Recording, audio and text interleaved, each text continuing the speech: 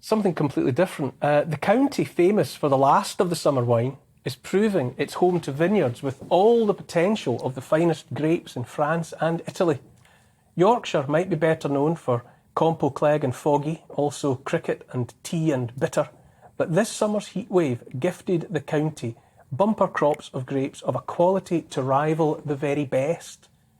Joining me now to discuss the potential of Yorkshire wine is Ian Sargent, owner and director of Laurel Vines. Good evening, Ian. How are you?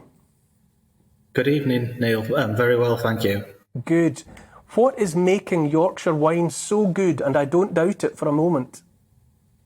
There's a lot of conditions. Year on year has a drastic effect, but we're also finding a lot of education and interest now in furthering the growth of vines in Yorkshire, but also across the rest of the country. Is Yorkshire really and honestly ready to rival Burgundy and Bordeaux and the rest? Are we talking about a product of that esteemed quality in the near future? I think in the near future, definitely. We're sat above the chalk of the worlds here, which is the same chalk as in the south of England and in Champagne. So why not?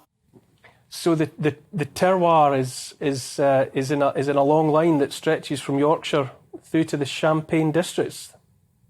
It curves around, but yes, it is. It goes all the way down onto and exits the south coast and enters obviously the French coast. So there should be no reason why Yorkshire isn't producing champagne by any other name. Well, we have just harvested our first Pinot Noir, Pinot Meunier, and Chardonnay to make our first sparkling wines with those three varieties. What sort of wines are Yorkshire grapes best suited for?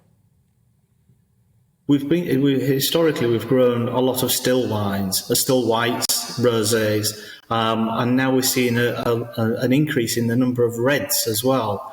But we've also got sparkling producers as well. That's really making a name for themselves, and it's very exciting. Can you give us a sense of how bumper a crop it actually was? You know, what happened this summer, just past, compared to previous years? Well, 2018 was our best harvest. And this year, just everything aligned correctly from the bud burst through to flower set to fruit development. And then obviously that hot summer. Vines are very deep rooted, so they're not affected too drastically by the lack of rain. But then, right on cue, we just got that rain. It allowed the berries to swell, and again, back to heat. So everything just aligned very, very nicely. Thank you.